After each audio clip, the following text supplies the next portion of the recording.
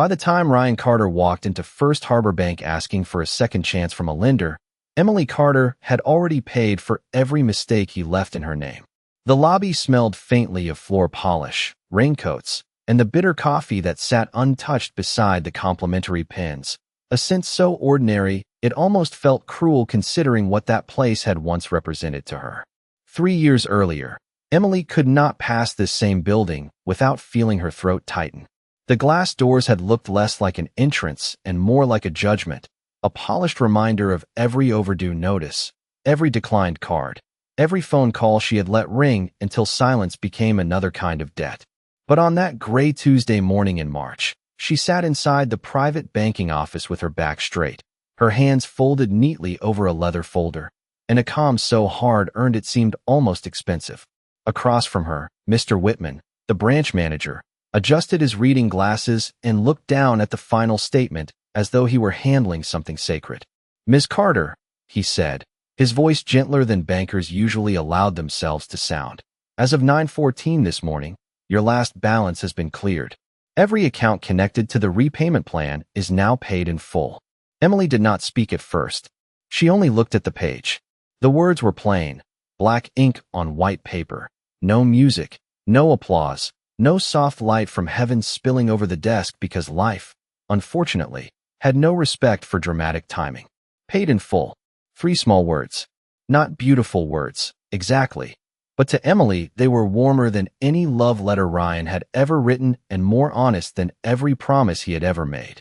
Her thumb moved over the edge of the folder, slow and careful, as if touching it too quickly might make the moment disappear. She had imagined this day so many times that she had stopped believing it would feel real. She had imagined crying, maybe laughing, maybe walking out into the parking lot and calling Grace, the only friend who had stayed through the ugly arithmetic of her rebuilding. Instead, all she felt at first was quiet.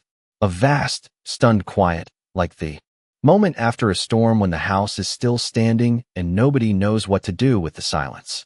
Then, through the frosted glass wall of the office, she saw him. Ryan Carter stood at the reception desk in a charcoal suit that fit him well enough to fool strangers, his dark blonde hair brushed back, his expensive watch visible as he tapped 2 fingers against the counter. He was speaking to a loan officer with the brittle confidence of a man who believed doors still opened because he expected them to. Emily's breath caught, not from fear, not anymore, but from the strange violence of memory arriving without permission. Ryan had once stood beside her in a lawyer's conference room, signed away 12 years of marriage with a silver pen, and leaned close enough for only her to hear the sentence he wanted buried inside her forever. "You're too weak to survive without me." Back then, she had believed him for nearly a full minute. That was the part she hated most. Not his cruelty, not the debt, not the way his family looked through her, as if she were an unfortunate clerical error. It was that one terrible minute when her own mind had betrayed her and whispered that maybe he was right. Now Ryan turned, impatient and polished, and his eyes landed on the woman behind the glass. For one suspended second, neither of them moved. He saw Emily, but not the Emily he had left behind with past-due notices stacked on a kitchen table and a car with tires so worn she counted every mile like a risk. He saw a woman sitting across from the bank manager, a woman whose name was printed on a clean financial statement, a woman who had just done the one thing he had promised she could never do. Emily held his gaze. She did not smile. She did not look away. She simply picked up the document, slid it into her folder, and listened as Mr. Whitman added, "You should be proud. Not many people come back from numbers like these on their own." Outside the office, Ryan's face shifted, the old smirk faltering before it could fully form. And for the first time in 3 years, Emily understood something Ryan never had. Survival did not always roar. Sometimes it sat quietly in a bank office, wearing a navy coat, holding a 0 balance, and letting the man who underestimated it read the truth through glass. 3 years earlier, the lawyer's conference room had been too bright, the kind of bright that made every flaw visible and offered no mercy for swollen eyes or trembling hands. Emily remembered the long walnut table, the pitcher of untouched water sweating onto a silver tray, the quiet scratch of pens moving across paper as if a marriage could be reduced to signatures, initials, and clipped instructions from people paid by the hour to sound unmoved. Ryan sat across from her in a navy suit, one ankle resting over his knee, his wedding ring already gone, his face arranged into that polished expression he used when he wanted strangers to believe he was reasonable. He looked less like a husband ending 12 years of promises and more like a man negotiating the sale of a property he had grown tired of maintaining. Emily wore the gray dress she had bought for job interviews years before, the one Ryan had once said made her look practical, a word he used the way other people used dull. She had slept only 2 hours the night before. At 3 o'clock in the morning, she had stood in the kitchen of their rented townhouse in Westbrook, Connecticut, staring at the refrigerator light and wondering how a person could feel both hollow and unbearably heavy at the same time. The divorce papers listed assets, accounts, vehicles, liabilities, and household goods, but nowhere did they list the years she had spent smoothing over Ryan's moods, answering calls from creditors he told her were harmless, postponing her own plans because his real estate ventures were always about to turn a corner. Now those corners had become walls, and somehow she was the one standing in front of them. Her attorney, a tired woman named Denise Holloway with kind eyes and a calendar too full of other people's disasters, leaned close and whispered, "You do not have to respond to anything personal," he says today. "Let the documents speak." Emily nodded, though her mouth had gone dry. Across the table, Ryan glanced at the settlement page and gave a small laugh through his nose. Not loud enough for the room to call it cruel, just loud enough for Emily to know it was meant for her. "This is generous," he said, tapping one paragraph with his pen. "More generous than most people would be, considering." Denise's shoulders tightened.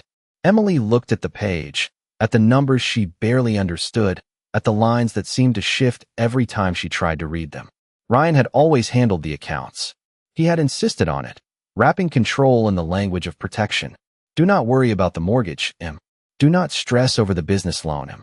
Just sign here, Em. Trust me, Em." The memory arrived with a sour taste, and for the first time that morning, Emily felt something sharper than grief. She felt the faint outline of suspicion. "Considering what?" she asked softly. Ryan smiled, but his eyes were cold. "Considering you never really understood what it took to keep this life going." The room went still in the polite way rooms do when everyone hears something inappropriate but pretends the carpet is fascinating. Emily stared at him, stunned by how easily he could rewrite their life while sitting 10 feet away from the woman who had lived it. He leaned back, lowered his voice just enough to make the sentence private, intimate, and poisonous. "You are going to learn very fast that confidence is not the same as competence. You are too weak to make it out there alone." For a moment, Emily heard nothing. Not the traffic beyond the window, not Denise shifting beside her, not the hum of the air conditioner above them. The words entered her like cold water. Too weak. Not angry, not heartbroken, not betrayed. Weak. It was the final label he wanted to leave pinned to her coat as she walked out of his life, carrying debts she had not created and shame she had not earned. Her fingers tightened around the pen until the plastic edge pressed a pale line into her skin. She wanted to tell him about the nights she had stayed awake balancing grocery money while he entertained investors at restaurants with valet parking. She wanted to remind him of the times she had covered late fees from her own paycheck, the birthdays she had skipped, the job offer she had turned down because he said relocation would ruin his momentum. But Denise's whisper returned to her. "Let the documents speak." So Emily signed. One page, then another, then another.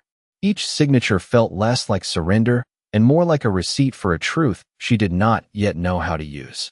Ryan watched her, satisfied, mistaking her silence for defeat because men like Ryan often confused quiet women with empty rooms.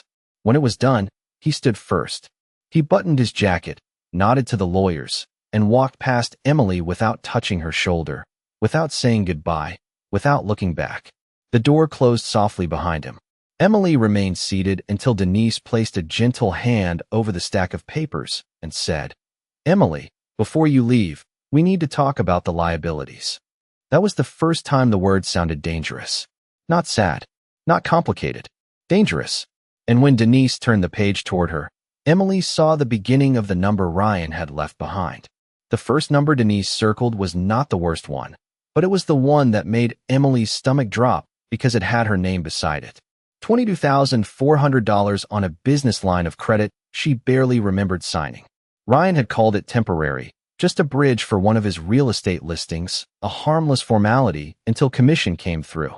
At the time, he had slid the papers across their kitchen island while she was packing lunch for a Saturday shift at the furniture showroom, speaking with that effortless certainty that made doubt feel childish. Now the same account sat on the table in front of her like a stranger wearing her handwriting. Denise turned another page. There is also a joint credit card with a balance of $18,976, she said, keeping her voice steady in the way people do when they are trying not to frighten someone already standing too close to the edge. Emily blinked at the line items. Client dinners, travel, home office upgrades, a luxury hotel in Miami from a week. Ryan had told her he was meeting investors in Boston. The details did not scream. They whispered, and somehow that was worse. Each charge was a small proof that the life she thought they were building had been quietly charged against her future. Denise slid over a second sheet, then a third. There was the remaining balance on the car loan. Even though Ryan had kept the newer vehicle and left Emily with the older sedan that coughed every time the temperature dropped below 40 degrees. There were medical bills from the year Ryan's health insurance had changed without him telling her the deductible had tripled. There was a personal loan he had convinced her to co-sign after his first development deal stalled, telling her married people did not keep score. The total came slowly, not as one clean blow, but as a staircase she was being forced to descend in the dark. $86,312. Emily stared at the number until the digits seemed to detach from the page and float in front of her. She had made $52,000 the year before taxes, before rent, before groceries, before the cost of simply continuing to exist in a country where even breathing seemed to come with a service fee. This cannot all be mine, she said. Her voice sounded small, almost embarrassed, as if the debt were a stain on her dress instead of a trap built in legal language. Denise removed her glasses and folded her hands. Some of it is shared. Some of it may be challenged. But your signature appears on enough of these documents that creditors will come after you if he does not pay. He said he was handling everything. The sentence came out before Emily could stop it. It sounded foolish in the air, the kind of sentence women are punished for saying after years of being trained to trust the person who benefits from their trust. Denise did not look away. That kindness nearly broke her. I believe you, she said. But believing you and protecting you are two different battles. Emily pressed her palm flat against the table, grounding herself in the cool polish of the wood. The conference room suddenly felt too narrow, the ceiling too low, the window too far away. Outside, traffic moved along Main Street as though nothing had happened, as though a woman had not just learned that her freedom came with a balance due. She thought of Ryan walking out with his tailored jacket and clean hands. She thought of the way he had spoken, as if survival were a luxury reserved for people like him. Then Denise gathered the papers into 3 neat stacks. We need to separate what is urgent from what is unfair, she said. Those are not always the same thing. That sentence stayed with Emily. Urgent and unfair. 2 words that would come to define the next 3 years of her life. The urgent things would demand payment, signatures, phone calls, humiliation, and patience. The unfair things would demand something harder. They would demand that she not let bitterness become another creditor. When Emily finally left the building, the afternoon had turned pale and cold. Her sedan waited at the curb with a parking ticket tucked beneath the windshield wiper, because apparently even disaster liked to add fees.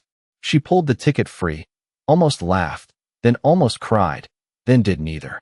She sat behind the wheel with the divorce folder on the passenger seat, and the number 86,312 burned into her mind like a brand. For 10 minutes, she did not start the car. She only looked at her reflection in the rearview mirror, at the woman Ryan had called too fragile for the real world, and whispered the first honest thing she had said all day. I do not know how to do this. The words fogged the glass. Then, after a long moment, she added, but I am going to learn. That night, Emily learned that an apartment could be silent and still feel crowded. The place she had rented after Ryan moved out was a 1-bedroom above a dry cleaner on Laurel Street, with thin beige carpet, a refrigerator that hummed like an old fluorescent light, and windows that faced the brick wall of the building next door. It was not ugly exactly. It was just temporary in every possible way, the kind of place people promised themselves they would leave before they accidentally built a life there. She carried the divorce folder inside as if it were too heavy for paper, set it on the small kitchen table, and stood over it in her coat for nearly 15 minutes. The radiator clicked and hissed. Somewhere downstairs, the dry cleaner's machines gave off a warm chemical smell that seeped through the floorboards, mixing with the stale scent of cardboard boxes she had not had the energy to unpack. Her phone lit up on the counter. Unknown number. Then another. Then a voicemail notification. She did not listen to it. She already knew the voices creditors used, polite at first, then firmer, then strangely cheerful in the way people sound when they are about to ruin your evening with company policy. Emily opened the refrigerator and found half a carton of eggs, a bag of baby carrots, coffee creamer, and a takeout container she no longer trusted. She closed it again. Hunger was there, but distant, like a radio playing in another room.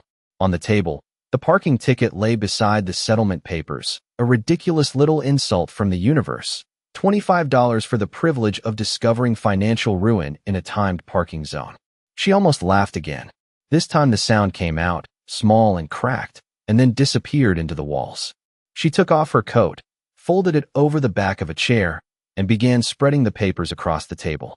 Business line of credit, joint credit card, personal loan, car balance, medical bills, late fees, interest, words that had once belonged to offices, statements, and phone trees now sat in her kitchen like uninvited guests. She found a yellow legal pad in one of the moving boxes and wrote the total at the top of the first page, $86,312. Her hand paused after the final digit. Beneath it, she wrote her monthly take-home pay, then rent, utilities, insurance, groceries, gas, minimum payments. The math did not work. She added it again. It still did not work, which felt rude, as if numbers should at least have the decency to improve when stared at with enough desperation. At 9:38 that evening, her debit card was declined at the corner grocery store when she tried to buy bread, soup, and a small bag of apples. The cashier, a college-aged boy with tired eyes and a name tag that said Tyler, looked more embarrassed than she was. "Sometimes the chip reader acts up," he said gently, offering her a lie with more mercy than most truths. Emily nodded, tried the card once more, and watched the same message appear. Declined. She left with only the bread because she had $4 in cash tucked behind her driver's license. Outside, the March wind cut through her sweater, and she walked the 3 blocks home holding the plastic bag against her chest as though it contained something precious. By the time she reached her apartment, the first voicemail had become 5. She made toast, ate it standing at the counter, and finally pressed play. The voice on the first message asked her to return the call regarding an outstanding balance. The second mentioned a past due payment. The third used the phrase immediate attention. The fourth was from the car lender. The fifth was silence for 2 seconds before someone hung up, and somehow that was the one that made her sit down. She lowered herself onto the kitchen chair and placed both palms flat on the table, just as she had done in the lawyer's office, trying to remind her body that the floor was still beneath her. Ryan had always made fear feel like proof of weakness. If she was anxious, she was dramatic. If she asked questions, she was difficult. If she hesitated, she was incapable. But alone in that apartment, with toast crumbs on a paper towel and debt statements spread beneath the dull kitchen light, Emily began to understand that fear was not the enemy. Fear was information. Fear was the body saying, "Pay attention, this matters, do not look away." So she did not look away. She circled the smallest balance first, a medical bill for $318. It was not the largest. It was not the most urgent. But it was something with edges, something she could see the end of. Beside it, she wrote one sentence in careful block letters, "Start here." Then she turned her phone face down, pulled a blanket around her shoulders, and stayed at the table until after midnight, not solving everything, not even close, but refusing to let the numbers remain a monster without a name. By morning, the legal pad had become a map of everything Emily did not know. She woke at the kitchen table with her cheek pressed against her forearm, the dull ache in her neck reminding her that despair did not come with lumbar support. The apartment was gray with early light, the kind that made the room look honest in a way she resented. The bread bag sat open beside her, one slice drying at the edges.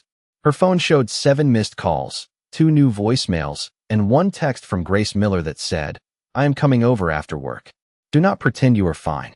Grace had been Emily's friend since their 20s, back when they both worked weekends at a home goods store in New Haven and believed adulthood would eventually become more organized if they bought the right planner. Grace had gone on to become a certified public accountant with a blunt haircut, sharp glasses, and a gift for making terrifying financial documents feel slightly less like ancient curses. She arrived at 6:20 that evening carrying a canvas tote, 2 coffees, and a rotisserie chicken from the grocery store because, as she announced while stepping inside, people make bad decisions when they try to survive on toast and humiliation.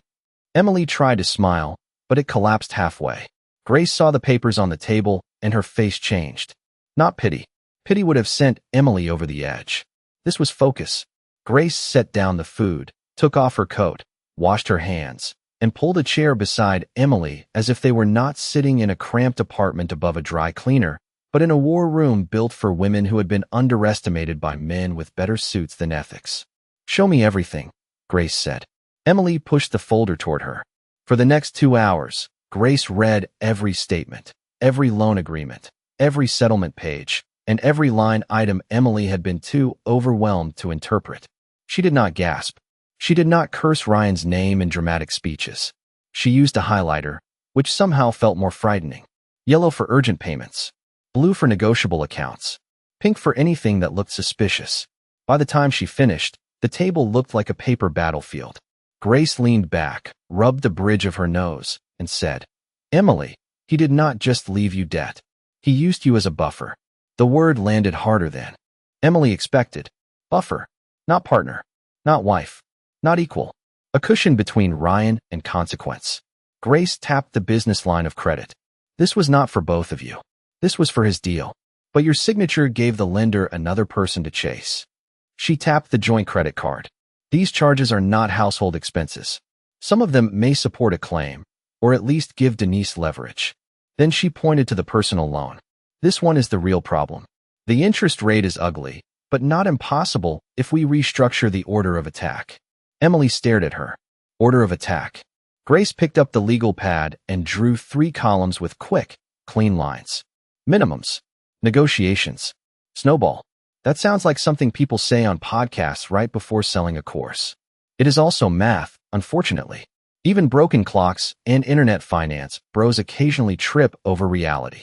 For the first time in 24 hours, Emily gave a small, real laugh. It surprised her so much that her eyes filled. Grace pretended not to notice, because good friends know when mercy looks like looking away. She wrote the smallest medical bill at the top of one column, then the credit card minimums, then the car loan, then the personal loan. "We are going to stop treating this like one giant monster," she said. "It is not one monster. It is a room full of smaller ones wearing the same coat." Emily looked at the numbers again. They were still impossible, but now they had borders. "What if I cannot do it?" she asked. Grace capped the pen and turned toward her. "Then we adjust. But you do not get to decide you cannot survive just because Ryan enjoyed saying it." Emily looked down at the pink marks scattered across the documents, at the evidence of how carefully her trust had been converted into liability. The shame was still there, hot and stubborn, but another feeling had begun to form beneath it. Not confidence. Not yet. Something quieter and more useful. Clarity. Grace tore a clean page from the pad and taped it to the refrigerator. At the top, she wrote, "Debt left, $86,312. Under it, she drew a blank line for the first payment. Emily stared at the page as if it were a dare. That night, after Grace left and the apartment settled back into its thin-walled silence, Emily stood in front of the refrigerator with the marker in her hand. She did not know how long it would take. She did not know what it would cost her. But for the first time, the debt was not hiding in envelopes, voicemails, and Ryan's voice. It was on the wall, where she could see it. And anything she could see, she could begin to fight. The refrigerator became Emily's first command center, which would have been funny if the stakes had not been so humiliating. It was a dull white rental apartment refrigerator with a dent near the handle and a freezer that collected frost like it was preparing for a private winter. But by the end of that week, it held the only thing in Emily's life that made sense.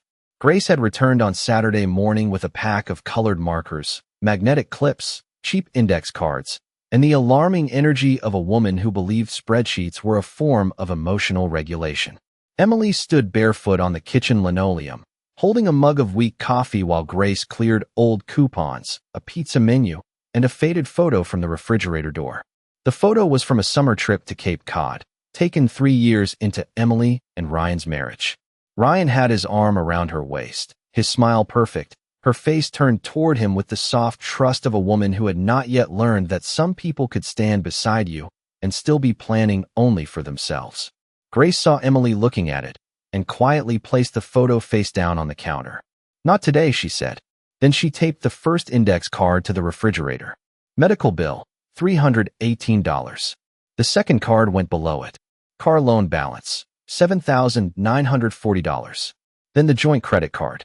Then the personal loan. Then the business line of credit.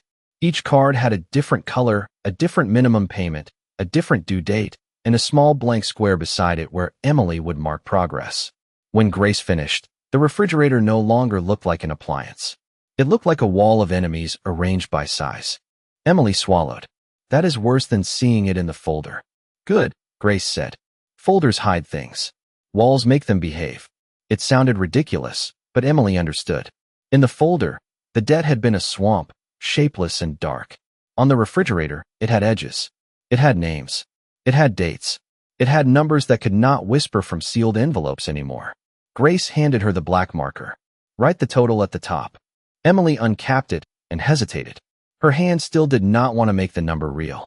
"I hate this," she whispered. "You are allowed to hate it," Grace said. "You are not allowed to ignore it."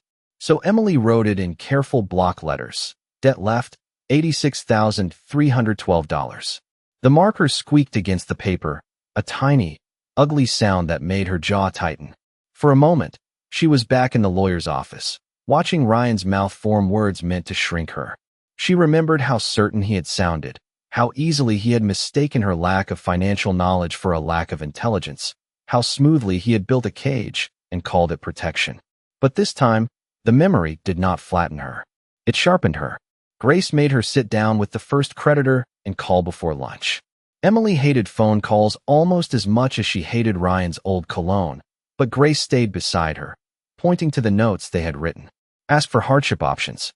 Ask if late fees can be waived. Ask for the interest rate. Ask for everything in writing. The first representative sounded bored, then surprised when Emily did not apologize her way through the conversation. The second transferred her twice. The third offered a payment arrangement if she could send $50 by Friday. $50. It was such a small amount compared to the total that Emily almost dismissed it, but Grace circled the agreement on the pad. "This is not about $50, she said. "This is about proof that you can move the line." That afternoon, Emily searched through every box in the apartment and found things to sell. A standing mixer Ryan had bought after watching one cooking show and never used, a set of crystal wine glasses from his mother that had always felt too expensive to touch, 2 designer handbags she had carried to events where she felt like decoration, and a pair of heels that still pinched her toes just looking at them. She photographed everything beside the window for better light and posted the listings online. By Sunday night, she had sold the mixer to a nurse in Milford and 1 handbag to a woman who paid in cash and complimented the leather. Emily put the money in an envelope labeled first payment. The envelope was thin, almost laughably so, but when she clipped it to the refrigerator under the medical bill, the whole room seemed to change temperature. Not warmer, exactly. More possible. On Monday morning, before work, she mailed the first payment with hands that no longer shook quite as badly. When she came home that evening, she filled in the first tiny square beside the smallest debt. 1 square. 1 mark. Nothing grand. Nothing anyone would applaud. But Emily stood in front of that refrigerator for a long time, staring at the black ink against the white card, and felt the first quiet shift inside her. Ryan had left her with a mountain and called it proof she would collapse. Emily had found 1 stone she could move. And tomorrow, she would move another. The first real sacrifice was not the mixer or the handbags or the crystal glasses Ryan's mother had given them with a smile so thin it could have sliced paper. Those things were easy to let go of once Emily understood they had never truly belonged to her. They had belonged to the version of herself who stood beside Ryan at charity dinners and pretended not to notice when he corrected her stories in front of people with larger homes and smaller hearts. The first real sacrifice waited in a small blue velvet box at the bottom of her dresser drawer. Her wedding ring. Emily found it on a Thursday night while searching for a spare phone charger before her evening shift at Harbor House Interiors, the furniture and design showroom where she had worked for 6 years. The box was tucked beneath a folded scarf, as if grief could be organized by fabric. She sat on the edge of the bed and opened it. The diamond caught the weak light from the bedside lamp, throwing one small spark against the wall. For a second, she saw the day Ryan had slipped it onto her finger outside a vineyard in Litchfield County, saw his face younger, softer, almost believable. She remembered the applause from strangers nearby, the taste of sparkling cider because she had been too nervous to drink champagne, the way he had whispered that he would always take care of her. The memory did not hurt in the sharp way she expected. It hurt like touching a bruise you forgot was still there. The next morning, Emily took the ring to a jeweler on Chapel Street during her lunch break. The shop smelled of lemon cleaner and velvet, and every display case glittered with promises she no longer trusted. The jeweler was an older man with silver eyebrows and careful hands. He examined the ring through a small magnifier, weighed it, checked the stone, and wrote a number on a pad. $2,800. Emily looked at it, waiting for some dramatic feeling to rise, regret or sorrow or outrage. Instead, she thought of the personal loan balance, the medical bill, the first payment envelope clipped to her refrigerator. "I will take it," she said. The words came out steadier than she felt. When the jeweler counted the check across the counter, Emily had the strange sensation that she was not selling a symbol of love. She was buying back air. She deposited the money before returning to work, then sat in her sedan in the bank parking lot with her hands on the steering wheel, breathing slowly while the receipt rested in her lap. For years, Ryan had turned money into fog. He had made it mysterious, masculine, too complicated for her, something he managed while she thanked him for the privilege of being kept ignorant. But now the numbers were clear. $2,800. One payment to the medical bill. One larger payment to the credit card. Enough to cover rent without panic. Enough to move the line. That evening, after her regular shift ended, Emily did not go home. She stayed at Harbor House Interiors to help unload a late furniture delivery because her manager, Linda, offered overtime at time and a half. The delivery truck backed up behind the showroom at 8:15, its warning beep echoing through the alley while cold rain slicked the pavement. Emily wore an old navy raincoat and work gloves Linda kept in the storage room. She checked invoices, carried lamps, unwrapped side tables, and matched fabric swatches to custom orders while her feet ached inside shoes never designed for warehouse floors. At 10:40, Linda found her kneeling beside a crate of dining chairs, carefully inspecting the upholstery under fluorescent light. "You do not have to prove anything to me, Emily," Linda said. Emily looked up, a strand of hair stuck to her damp cheek. "I am not proving it to you." Linda did not ask what she meant. Women like Linda, divorced twice and kind in a practical, unsentimental way, understood there were some battles a person fought without an audience. By the end of the week, Emily had added 3 overtime shifts, canceled her cable service, lowered her phone plan, and started bringing peanut butter sandwiches to work in a brown paper bag. None of it felt heroic. It felt tedious, slightly embarrassing, and deeply American, the national pastime of turning pain into a payment schedule. On Sunday night, she stood before the refrigerator wall with the bank receipt in one hand and Grace on speakerphone. She crossed out the medical bill completely. $318 gone. Then she wrote the new total at the top. Debt left, $83,194. The number was still enormous. It still looked capable of swallowing her whole. But for the first time, it was smaller than it had been. Emily touched the empty place on her ring finger, not with grief, but with recognition. Ryan had once placed a diamond there and called it security. Now its absence had paid a debt.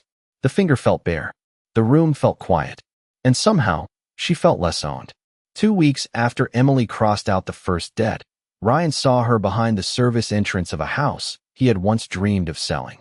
It was a Saturday afternoon in April, cool and bright, the kind of Connecticut spring day that made every lawn look freshly forgiven. Emily had taken an extra installation shift for Harbor House Interiors at a renovated colonial in Fairfield, a 7-bedroom place with cedar shingles, a circular driveway, and hydrangea beds still waiting for the season to wake them. The homeowners had ordered custom drapes, 2 reading chairs, and a walnut console table that required 3 people and more patience than any piece of furniture deserved. Emily was carrying a box of brass curtain rods from the delivery van when she heard a familiar laugh from the driveway, smooth and performative, the laugh Ryan used when he wanted wealthy people to believe he belonged to them. She froze for half a second, then kept walking. Her navy work shirt had the Harbor House logo stitched over the pocket. Her hair was pulled into a low ponytail, and there was a faint line of dust across one sleeve.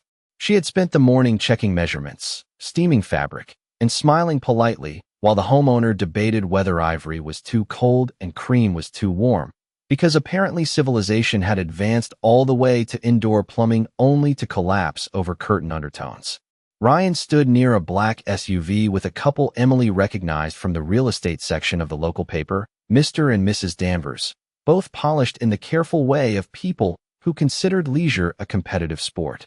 Ryan held a leather portfolio and wore sunglasses even though the sun was not in his eyes. When he noticed Emily, his smile widened first in surprise, then in something smaller and meaner. "Emily," he said, removing the sunglasses slowly. "I did not realize Harbor House had you doing deliveries now."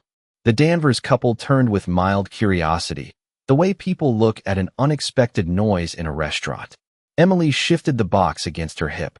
It was heavier than it looked, but she refused to put it down in front of him. "Installations," she said evenly. "The drapes are going in the east sitting room." Ryan gave a soft chuckle, glancing at the logo on her shirt. "Well, work is work.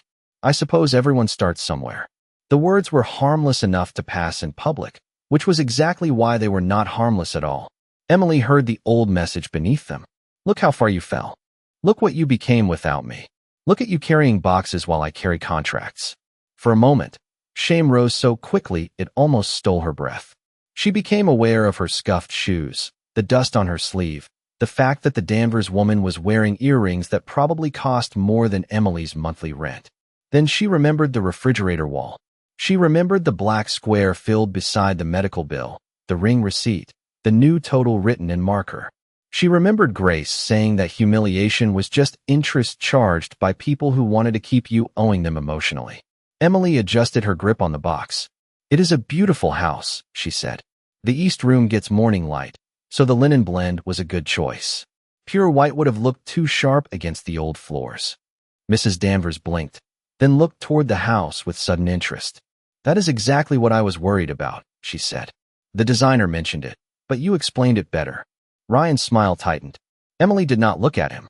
"Natural fabrics soften formal rooms," she added, "especially when the architecture already has strong lines." Mr. Danvers nodded. "You know the property?" Ryan cut in before Emily could answer. Emily used to be very interested in decorating. More of a hobby, really. There it was again, the neat little blade disguised as nostalgia. Emily felt it touch the old wound and, for the first time, failed to open it. Linda, her manager, stepped out through the side door carrying the clipboard. "There you are," she called. "Emily, the client wants your opinion on the placement before we hang the second panel. You caught the measurement issue before it became a disaster." Mrs. Danvers turned fully toward Emily now. "You are the one who noticed the window height." Emily nodded. "The left casing is 3/4 of an inch lower. Older houses do that. We adjusted the rod placement so the eye will not catch it." Mr. Danvers gave a low whistle. "That is attention to detail." Ryan stood very still, his portfolio suddenly looking ornamental. Emily could feel him reassessing the scene, trying to place her back into a category he understood, and failing. Not wife. Not failure. Not decoration. Not yet success. Maybe, but something worse for him. Useful, competent, seen. She carried the box inside before he could speak again. Her arms ached by the time she reached the sitting room, and her heart was beating too fast, but she did not break. She set the rods on the floor, checked the brackets, and went back to work. That evening, Linda added 2 extra hours to her timesheet and handed her a note with the Danvers' phone number. "They asked whether you ever take small consulting jobs on weekends," Linda said. "I told them you might." Emily stood in the showroom's back office, staring at the note as if it were a door where a wall had been. Outside, rain began tapping softly against the windows. Her body was tired, Her hands were dry from fabric steam and cardboard, and Ryan's voice still echoed faintly in the back of her mind. But beneath it was something steadier now. He had laughed because he thought she was falling. He had not understood that some women bend close to the ground because they are planting something. The Danvers note stayed in Emily's coat pocket for 2 days before she found the courage to call, which was ridiculous considering she had already spoken to creditors, lawyers, and one cable company representative who treated cancellation like a personal betrayal. Still, calling a wealthy client to offer her opinion felt different. Debt demanded she explain herself. Design asked her to trust herself. On Monday night, after her shift at Harbor House Interiors, Emily sat at the kitchen table with the refrigerator wall glowing under the weak overhead light and dialed the number before she could lose her nerve. Mrs. Danvers answered on the third ring, warm but brisk, and within 10 minutes Emily had agreed to come by the following Saturday to look at a guest room the couple wanted refreshed before their daughter's graduation weekend. Nothing extravagant, Mrs. Danvers said. I just wanted to feel less like a room where furniture goes to give up. Emily wrote that down because it was funny, useful, and strangely accurate. When Saturday came, she arrived with a tape measure, a notebook, fabric, samples borrowed with Linda's permission, and the quiet terror of a woman stepping onto a bridge she had built while still unsure it would hold.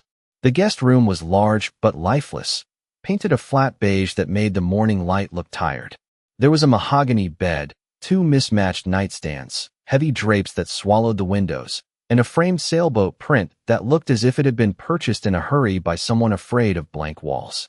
Emily walked the room slowly, touching nothing at first, letting the space speak in its stiff, expensive silence.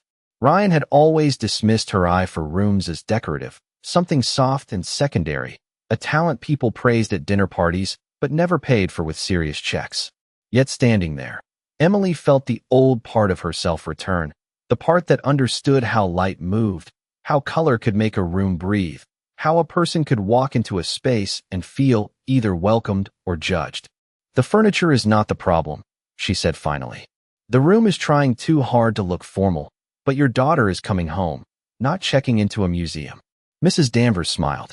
That is exactly it.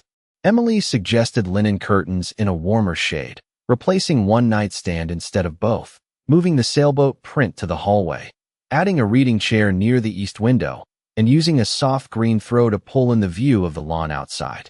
She talked for nearly 40 minutes, surprised by how easily the words came once she stopped apologizing before every sentence.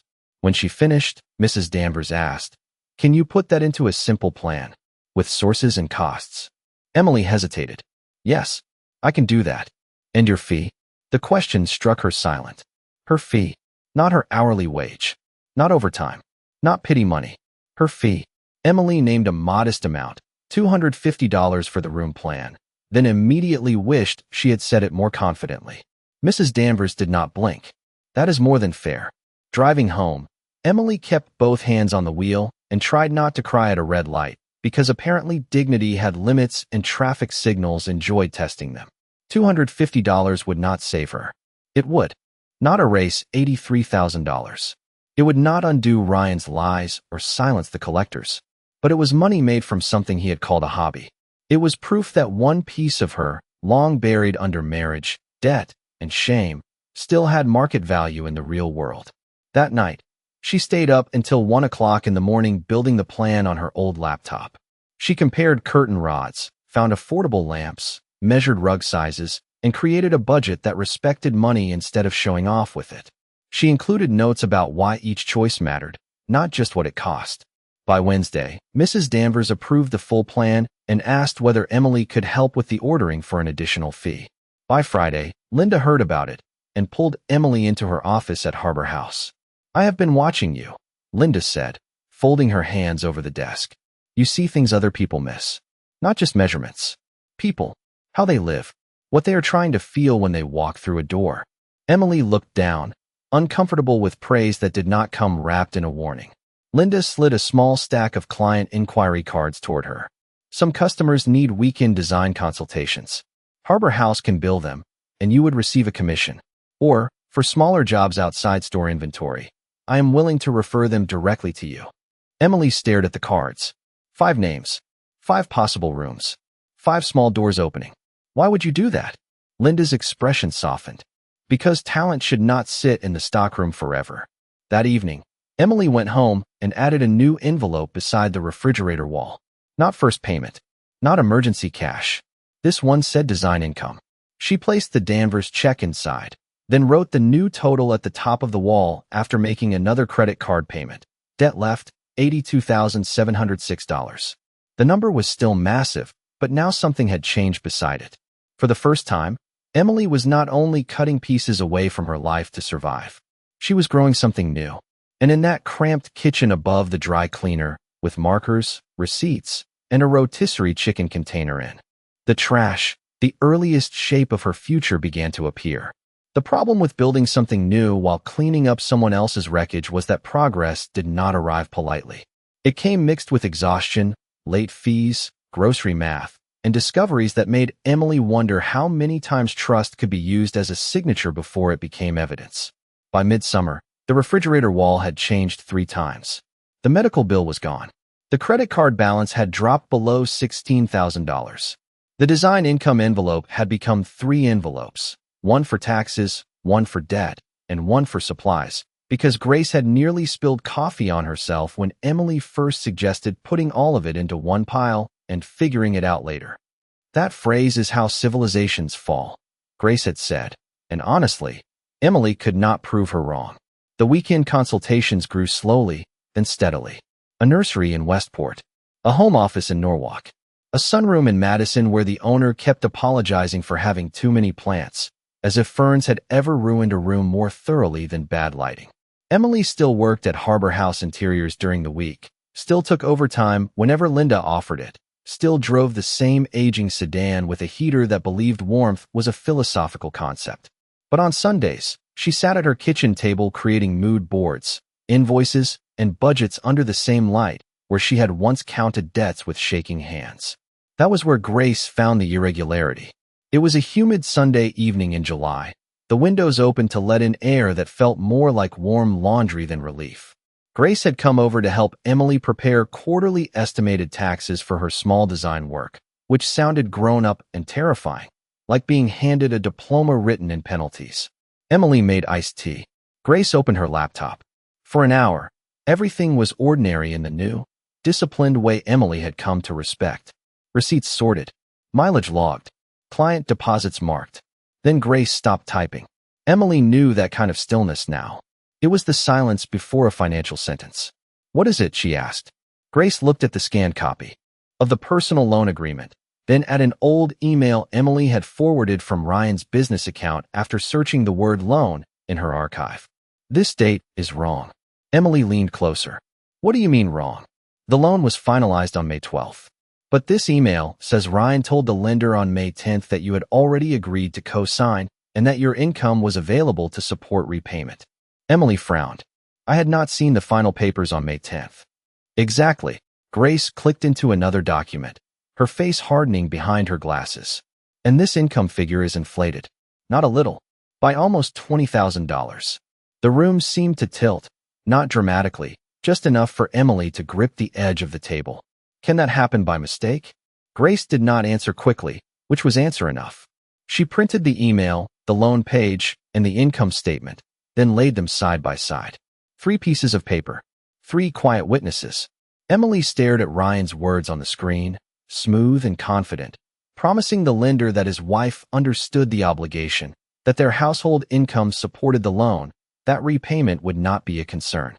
His wife. Not Emily. Not a person. A line item with a pulse. "Denise needs to see this," Grace said. The next afternoon, Emily sat in Denise Holloway's office, no longer the stunned woman from the divorce conference room, but not yet the fearless one she sometimes pretended to be. Denise read everything twice. Outside her window, traffic moved along Main Street, ordinary and indifferent. Finally, Denise placed the papers down and folded her hands. "This does not erase the debt overnight," she said carefully. "But it gives us leverage. It may support a claim that he misrepresented your role and your income. We can send a formal letter, request documentation, and reopen the discussion around responsibility for this loan." Emily waited for the rush of victory. It did not come. What came instead was anger, clean and cold, followed by a dangerous hunger to make Ryan answer immediately, publicly, painfully, in the legal and emotional sense that would still be allowed in polite society. She imagined calling him.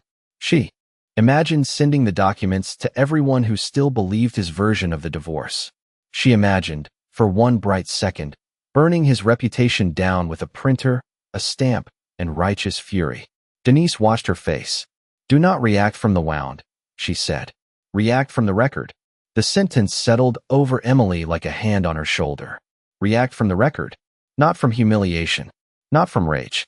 Not from the old need to make Ryan admit what he had done. The record was patient. The record did not shake. The record did not care whether Ryan smirked. Emily looked again at the papers and realized this was another kind of debt wall. Not money this time. Proof. "Send the letter," she said. Her voice was quiet, but Denise nodded as if she had heard something strong. That night, Emily did not call Ryan. She did not write a message she would regret.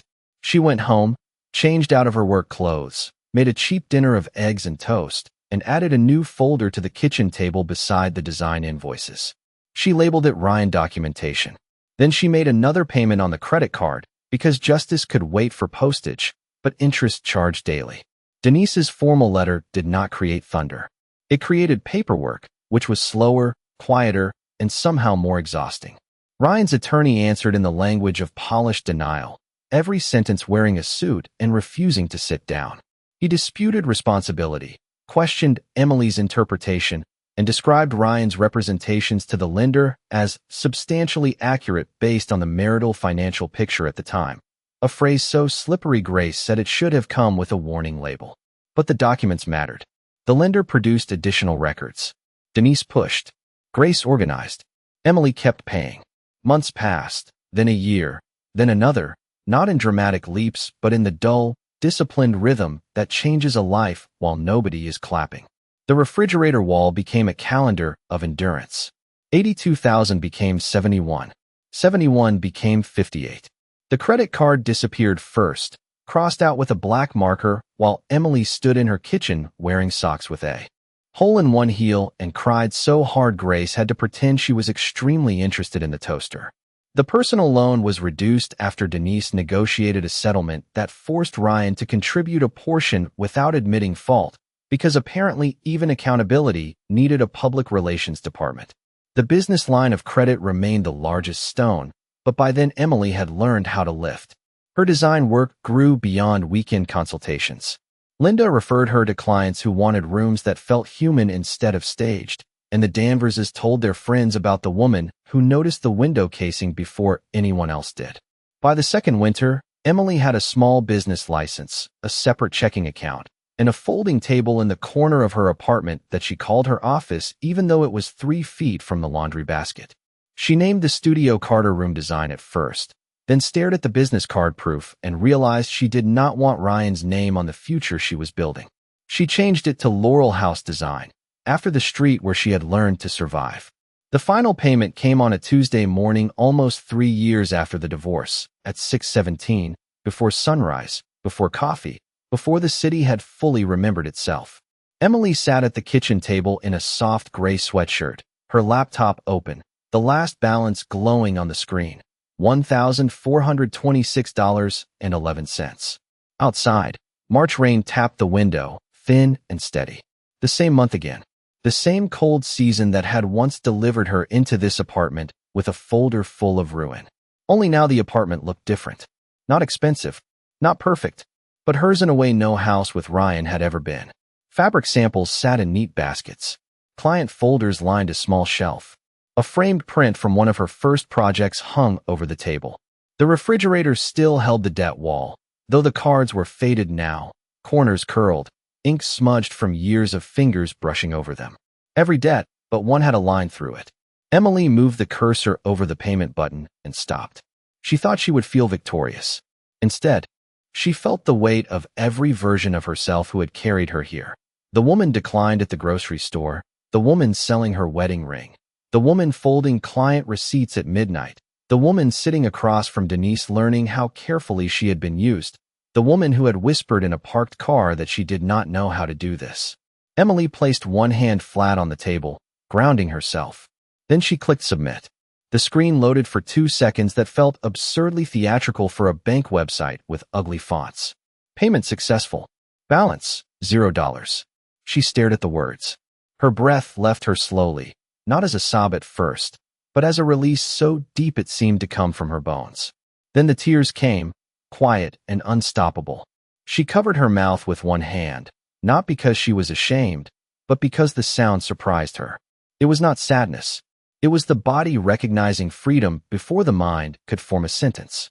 At 6:24, she took the black marker from the drawer, walked to the refrigerator, and crossed out the final card. The line was not straight.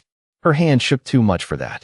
Beneath the total, where $86,312 had once stood like a sentence, she wrote 2 words in capital letters: paid off. She stood there until the room brightened by a shade. Then she made coffee, because the world had not ended. Bills would still arrive. Clients would still change their minds about paint colors, and freedom, as it turned out, still required caffeine. By 9:30 that morning, Emily had showered, dressed in a navy wool coat, and placed the final confirmation printout inside a leather folder she had bought on clearance 2 winters earlier, back when even a discounted folder felt like an unreasonable act of optimism. First Harbor Bank opened at 9 o'clock, and she arrived half an hour later, not because the payment needed ceremony, but because Mr. Whitman had asked her to come in and close the repayment plan properly. There are documents, he had said over the phone, because banks, like ancient kingdoms, believed nothing was real until it had been witnessed by paperwork. The March rain had softened to a mist by the time Emily pulled into the lot. She sat in the car for a moment, listening to the engine tick itself quiet, remembering all the times she had parked outside that same building and been unable to go in. Back then, the bank had felt like a place where adults came to prove they belonged to the world. Now she stepped through the glass doors with damp hair tucked behind her ears, her folder under one arm, and a strange lightness in her chest that made her feel almost unsteady. The lobby was ordinary, almost insultingly so. A security guard nodded from beside the entrance. A woman in a red raincoat filled out a deposit slip. Someone's toddler pressed both hands against the glass partition and left perfect little fingerprints on capitalism. Emily nearly smiled. Mr. Whitman greeted her near the private offices, a tall man in his late 50s with a careful gray mustache, and the solemn courtesy of someone who had seen people walk into his office carrying every possible version of fear. "Ms. Carter," he said, extending his hand. "This is a good day." Emily shook it. "It feels strange. Most good days do, when they are overdue." Inside his office, he reviewed the closure documents, confirmed the zero balance, and explained that the accounts tied to the repayment plan would be marked satisfied. He also mentioned her improved credit score, her consistent payment history, and the small business account she had opened for Laurel House Design. Emily listened, nodding at the right places, but part of her remained fixed on the page in front of her. $0. The number did not glow. It did not sing. It simply sat there, clean and final, like a door unlocked from the inside. "You have done something difficult," Mr. Whitman said. "I hope you know that." Emily looked up. For years, she had trained herself not to need recognition, because needing anything had once made her easy to dismiss. But the words reached her anyway. They moved past her armor and settled somewhere tender. "I know now," she said. The office door was partly open, and beyond the frosted glass, she heard a voice at the reception desk, smooth, impatient, familiar enough to make time fold in on itself. "Ryan." Emily did not turn immediately.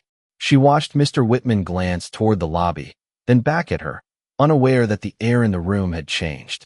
Ryan was speaking to a loan officer about refinancing a development property, using the same confident cadence he once used to explain away late notices and missing statements.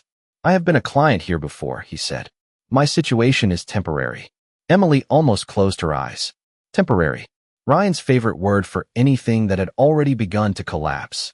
Mr. Whitman stood to make a copy of the signed document, and through the glass, Emily saw Ryan shift closer to the desk. His suit was charcoal, his watch still expensive, but there was a strain around his mouth that had not been there 3 years ago. Then he saw her. Recognition moved across his face in stages. Surprise first, then confusion, then the dawning discomfort of a man discovering that the story he had told himself had continued without his permission. Emily stood, folder in hand, as Mr. Whitman returned. "You are officially cleared," he said. "And based on your business deposits, we can discuss the studio expansion loan whenever you are ready." Ryan heard enough. Emily saw it in the way his posture tightened. He was not there as the rescuer. He was not there as the man who had survived better. He was there asking for room to breathe, while she was walking out free. Their eyes met across the lobby. Once, that look would have pulled her backward into every apology she had never owed. Now it only reminded her how far she had traveled. Ryan took one step toward her. "Emily," he said, softer than she expected. She paused beside the glass doors, rain-gray daylight behind her. "Ryan." He looked at the folder, then at Mr. Whitman's office, then back at her. "You look different." It was such a small sentence after all the large damage, almost laughable in its inadequacy. Emily adjusted her grip on the folder. "I am." Then she walked past him, out into the mist, carrying no balance, no explanation, and no need to make him understand what it had cost. Emily made it halfway across the parking lot before Ryan called her name again. Not loudly, not dramatically, just enough for the sound to reach her through the soft hiss of rain against pavement. For years, that voice had been a hook in her body, pulling her back before her mind could decide whether she wanted to turn. This time, she stopped because she chose to, not because he still owned any part of her reflexes. She turned beside her old sedan, the same car he had once called temporary transportation, with the kind of smile that made kindness look inefficient. It was still imperfect, still dented near the rear bumper, still reluctant on cold mornings, but it was paid for, insured, and hers. Ryan stood a few feet away, one hand tucked into the pocket of his charcoal coat, the other holding a folder that looked suddenly thin. Rain collected in his hair, making him appear less polished than he had in the lobby, less like the man who had always known where to stand beneath good lighting. "I heard what Whitman said," he began. Emily waited. She had learned the power of silence from invoices, from creditors, from waiting rooms. From every month, she did not have enough money to be impulsive. Silence made people reveal whether they wanted forgiveness or simply relief from discomfort. Ryan looked toward the bank doors, then back at her. "I did not realize things had gotten that bad after the divorce." The sentence was almost impressive in its cowardice. Not "I did not realize what I left you with." Not "I am sorry." Just things, as if debt had wandered into her life by itself wearing muddy shoes. Emily's fingers tightened around the leather folder, then relaxed. "You knew enough," she said. Ryan flinched, not visibly enough for a stranger to notice, but Emily had spent 12 years studying the small weather changes in his face. "I was under pressure," he said. "The market shifted. Deals fell apart. I made mistakes. You made choices." The words came gently, which somehow made them harder. A car passed behind them, tires whispering over wet asphalt. Inside the bank, people continued depositing checks, signing forms, asking for balances, living inside ordinary numbers. Emily realized she had once imagined this moment as a grand reckoning, the kind of scene where the wronged woman delivers a speech so perfect the sky itself pauses to take notes. But real freedom was less theatrical. It did not need Ryan broken. It did not need him begging. It only needed her to stop editing the truth so he could stand comfortably inside it. Ryan lowered his eyes. "I said things back then." Emily almost smiled, not because anything was funny, but because human beings had invented entire legal systems and still used phrases like "I said things" to avoid naming cruelty. "You said what you wanted me to believe." He looked up then. "Did you?" The question hung between them, quiet and almost vulnerable. 3 years ago, it might have undone her. Today, it only made her sad for the woman who would have answered it with tears. Emily looked past him to the bank window, where her reflection appeared faintly in the glass. Navy coat, damp hair, no wedding ring, no panic. "For a little while," she said. "Long enough to be scared. Not long enough to stay there." Ryan swallowed. "I am sorry, Emily." Maybe he meant it. Maybe he was sorry for the debt, or the documents, or the way she had looked walking out of his life carrying the bill for his ambition. Maybe he was simply sorry that she had survived in a way that made his version of the story unusable. Emily no longer needed to know which one it was. That was its own kind of miracle. She opened her car door, then paused. "I did not pay everything off to prove you wrong," she said. "That would have kept you too important." I did it because one morning I looked at my life and realized I was the only person left who could rescue it. Ryan had no answer. For once, the silence did not feel empty. It felt clean. Emily got into the sedan and placed the folder on the passenger seat, where the divorce papers had once sat like a sentence. The engine took 2 tries, because Dignity, apparently, still had to negotiate with an aging starter. When it caught, she laughed once under her breath, a small private sound that belonged entirely to her. She drove away from First Harbor Bank without looking in the rearview mirror. Not because she was afraid of what she would see, but because the road ahead finally deserved her full attention. By lunchtime, she was back at Laurel House Design, meeting a young couple who wanted help turning their first home into something warm, affordable, and honest. Emily listened carefully, took measurements, asked about their budget, and wrote every number down in plain language. When the wife apologized for not understanding financing, Emily smiled with a tenderness she had earned the expensive way. "You do not have to be ashamed of what you were never taught," she said. "You just have to be willing to learn." And as sunlight broke through the rain clouds outside her small studio window, Emily Carter understood that survival had not made her hard. It had made her clear. The debts were gone, but the lesson remained. Never let love require ignorance. Never mistake control for protection, and never believe a person who calls you weak while handing you the weight they refuse to carry.